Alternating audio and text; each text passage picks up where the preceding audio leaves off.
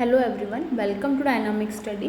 This is your quiz number 35 for electronic science students and today's topic is Laplace transform. So जो Laplace transform है वो आपका unit third का topic है. तो यूनिट थर्ड में से हमने नेटवर्क थ्योरम्स जो हैं वो कवर कर ली हैं. ओके एंड नेटवर्क ग्राफ जो है वो भी हमने कवर कर लिया है. ओके सो आज हम करेंगे लाप्लास ट्रांसफॉर्म. ओके सो लाप्लास ट्रांसफॉर्म होता क्या है? लाप्लास ट्रांसफॉर्म में हम जो टाइम फंक्शन होते हैं उनको हम उसके फ्रीक्वेंसी डोमेन में ट्रांसफॉर्म करते हैं, फ्रीक्वेंसी डोमेन में कन्वर्ट करते हैं. Okay Laplace through Laplace transform. Okay so let's start with our first question.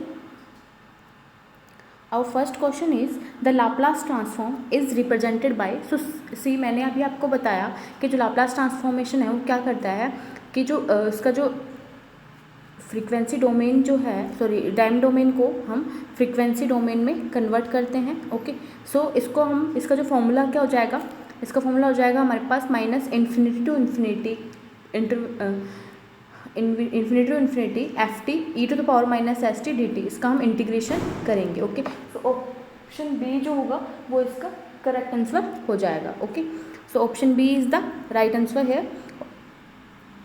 Okay so C Laplace transform क्या होता है? Laplace is an integral transform that converts a function of a real variable that is, हम इसको time function बोलते हैं, to a function of complex variable that is complex frequency. Okay the transform जो है, Laplace transform जो है वो differential equations को सोल्व करने के लिए भी हम यूज़ में लेते हैं and it is also used for analysis of stable, marginally stable and unstable system.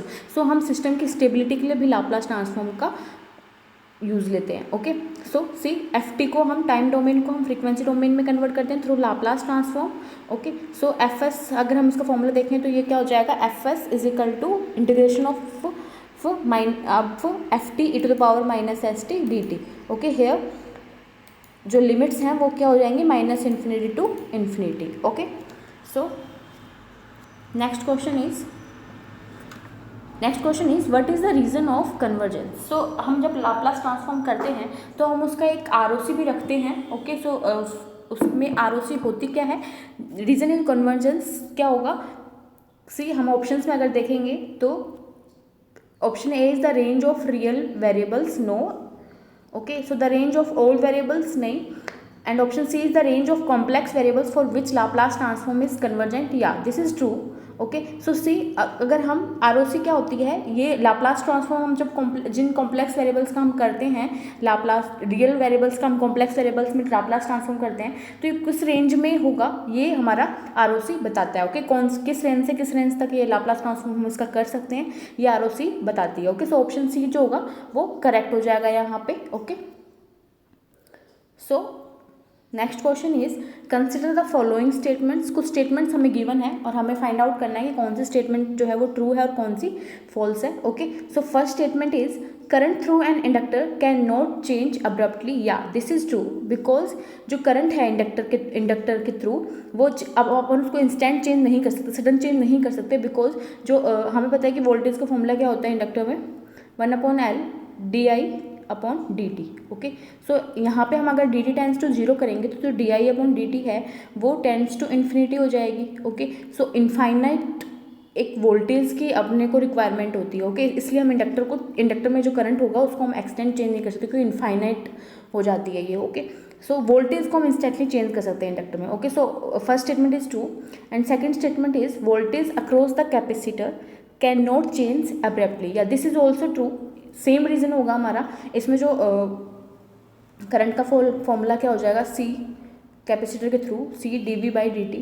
Hair हम dt को अगर टेंस टू जीरो करेंगे तो हमारा जो dv/dt है वो टेंस टू इन्फिनिटी हो जाएगा. तो हमें इनफाइनाइट वोल्टेज की रिक्वायरमेंट होगी, इसलिए हम वोल्टेज को चेंज नहीं कर पाएंगे सडन. ओके सो करंट को कर सकते हैं. Okay so these two statements are true. Okay so third statement is, so these two statements are true and third statement is initial value of a function ft is limit s tends to 0 as fs. no this is wrong because अगर हम initial value जो देखेंगे initial value theorem तो उसमें क्या होता है, limit t tends to 0 ft, उसका अगर हम देखें इसका s डोमेन में अगर हम देखेंगे तो ये हो जाएगा limit s tends to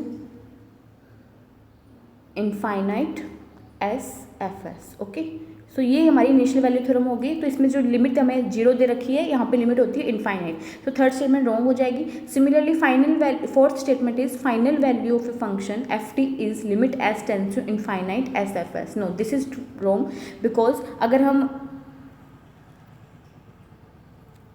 final value theorem की बात कर रहे हैं तो ये हो जाएगा limits T tends to infinite, okay, F T, and S domain में हो जाएगा limit S tends to 0 S F S. तो फाइनल वैल्यू थ्योरम में जो हमारी लिमिट्स होती हैं वो एस टेंस टू 0 होती है, एंड इनिशियल वैल्यू थ्योरम में जो लिमिट होती है एस टेंस टू इनफाइनाइट होती है। ओके, सो हमारी फर्स्ट एंड सेकंड स्टेटमेंट है वो ट्रू हो जाएगी, एंड थर्ड एंड फोर्थ जो है वो रॉन्ग हो जाएगी। ऑप्शन डी जो होगा वो यहाँ पे करेक्ट हो जाएगा। ओके, सो सी, अगर मैंने आपको जो रीज़न बताया था सेम रीज़न है यहाँ पे।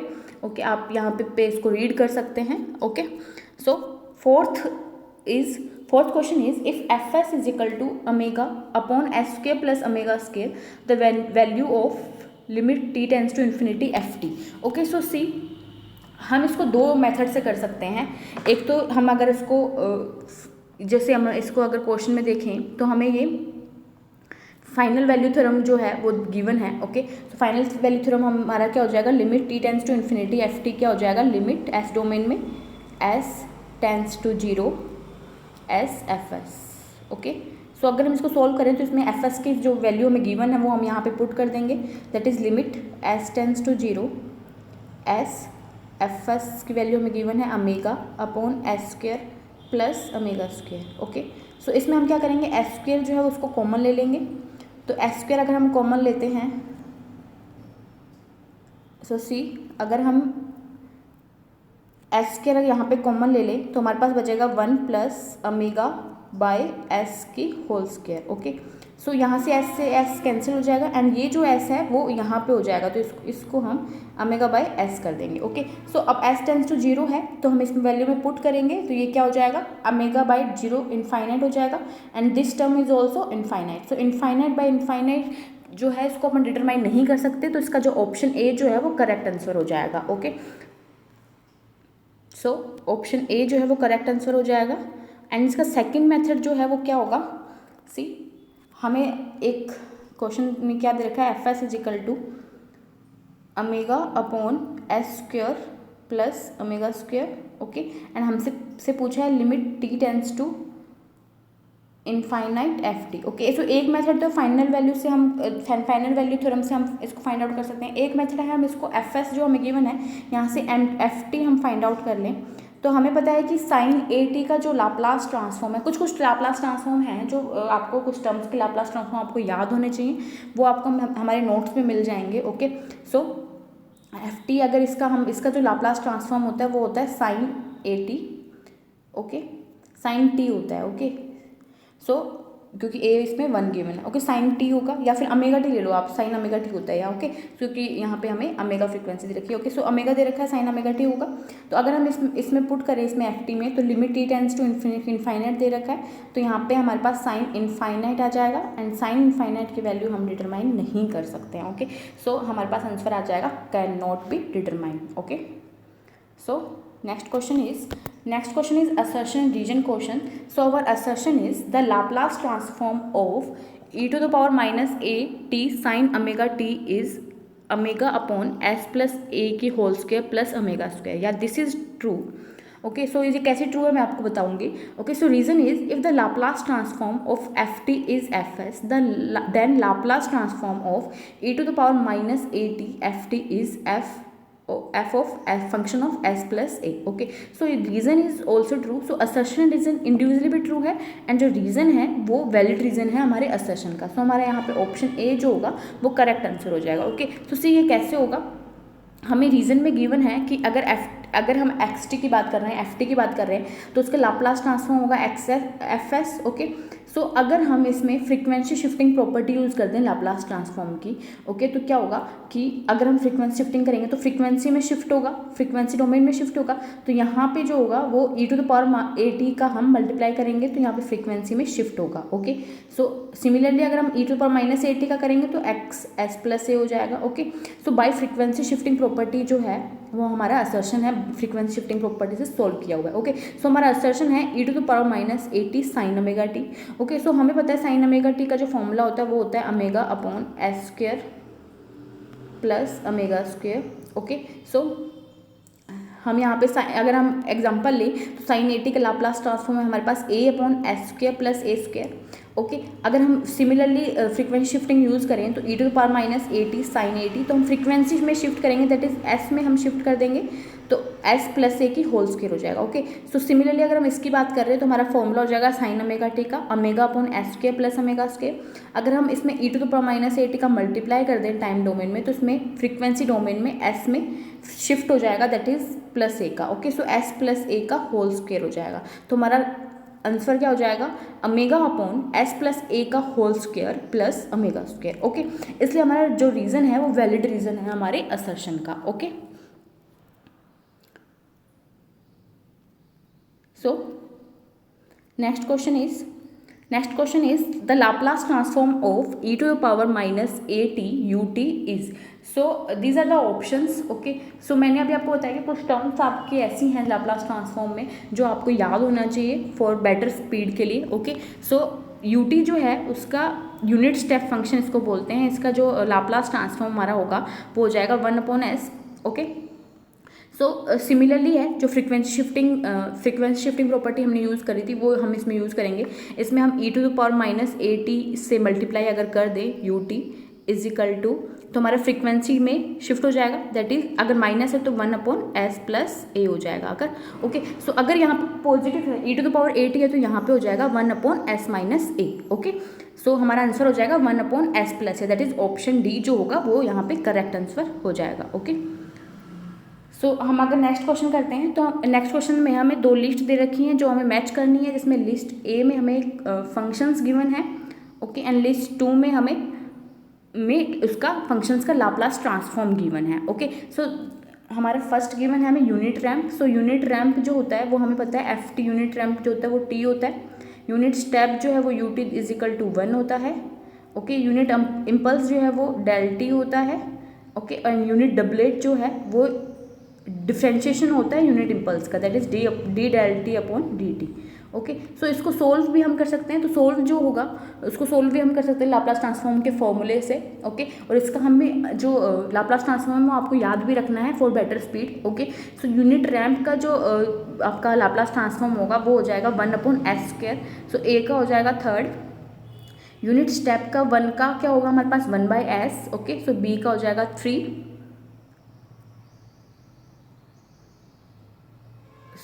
नहीं आपका जो यूनिट रैंप है टी का 1/s² होगा, दैट इज 4, ओके। एंड जो यूनिट स्टेप होगा उसका होगा 1/s, दैट इज 3, ओके। जो यूनिट इम्पल्स है del का हमारा जो लाप्लास ट्रांसफॉर्म होता है 1 होता है, ओके। सो 2 हो जाएगा यहाँ पे। एंड जो यूनिट डबलेट का होता है वो होता है s, that is 1, okay. So D का हो जाएगा 1, तो हमारा राइट आंसर हो जाएगा 4, 3, 2, 1। तो आप इसको फॉर्मूले से भी सोल्व कर सकते हो, बहुत ईजी है, और वैसे भी आप इसको याद कर सकते हो, okay. So option B is the right answer here, okay. So see यहाँ पे यूनिट रैंप का जो हमारा लाप्लास ट्रांसफॉर्म हो जाएगा 1/s², यूनिट स्टेप का 1/s, यूनिट इम्पल्स का 1, एंड यूनिट डबलेट जो है वो क्या होता है डिफ्रेंशिएटिंग यूनिट इम्पल्स। इसको यूनिट इम्पल्स को डिफ्रेंशिएट करके हम यूनिट डबलेट फंक्शन गेट करते हैं, एंड इसका लाप्लास ट्रांसफॉर्म हो जाएगा s, ओके।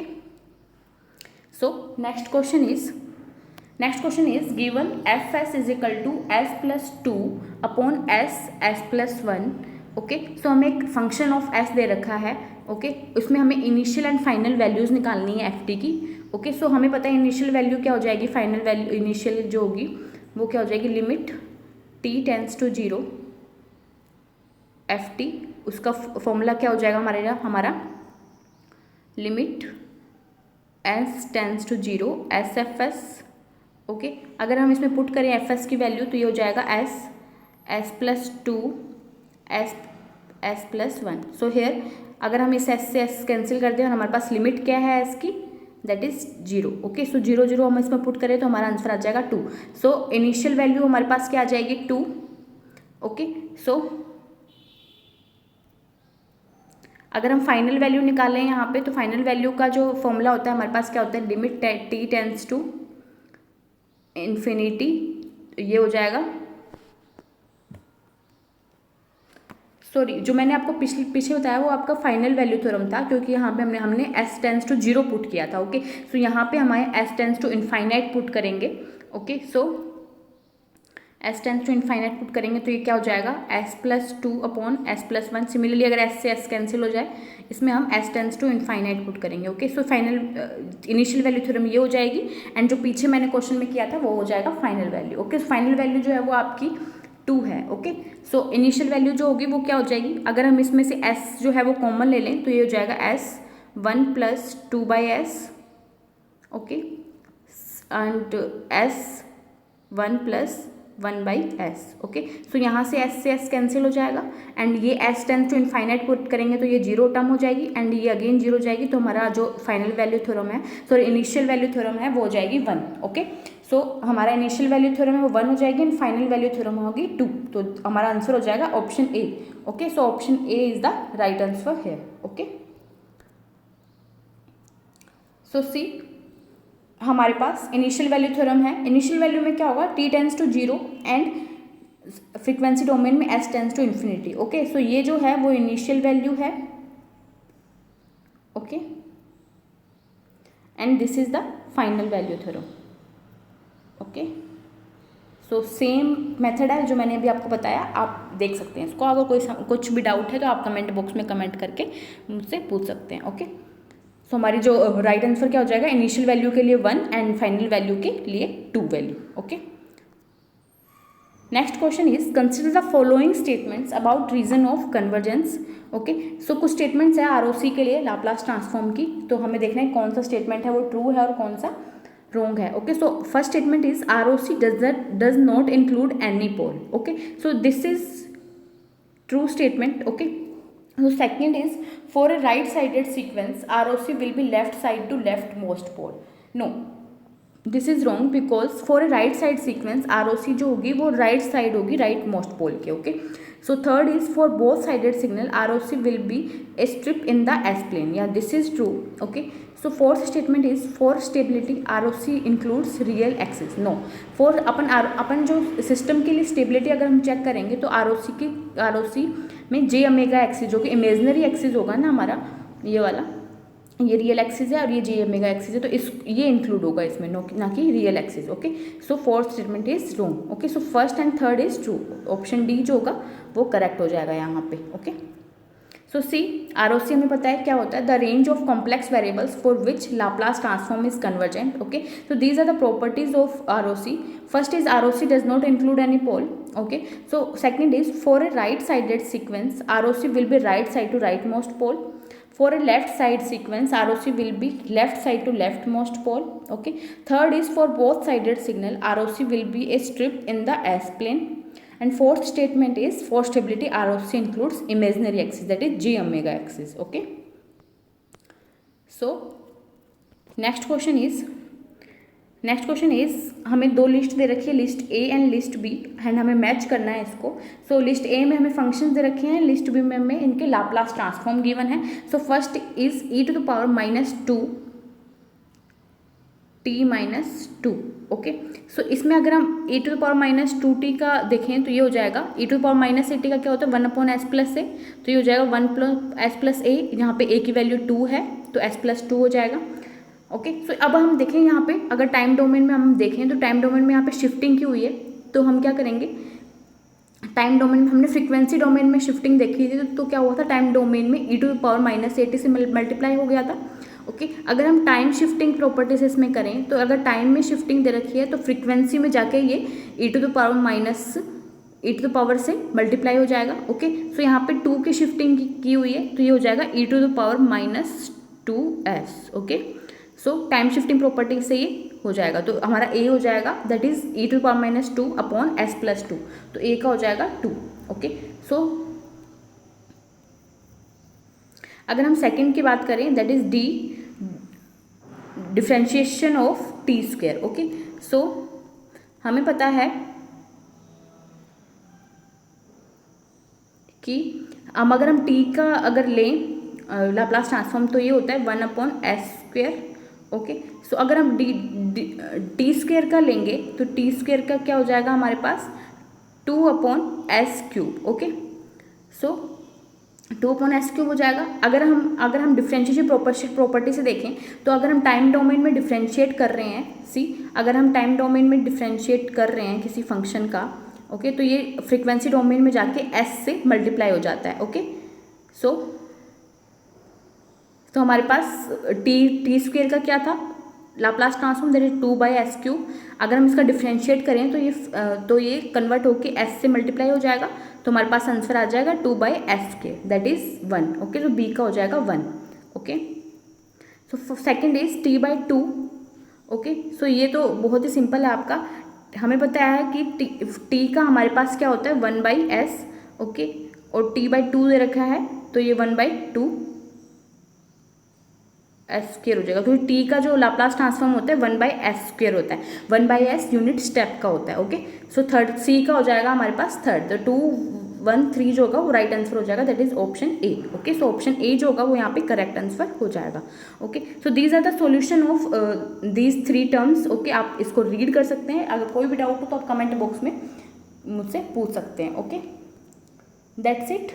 हमारे जो यूनिट 1 या यूनिट 2 के जो नोट्स हैं वो हमारे डिजिटल स्टोर में अवेलेबल हैं, आप वहाँ से जाके परचेज कर सकते हैं। ओके, एंड जो लिंक है वो वीडियो के नीचे डिस्क्रिप्शन बॉक्स में गिवन है, आप वहाँ से जाके परचेज कर सकते हैं। Thank you, keep on watching, keep on learning.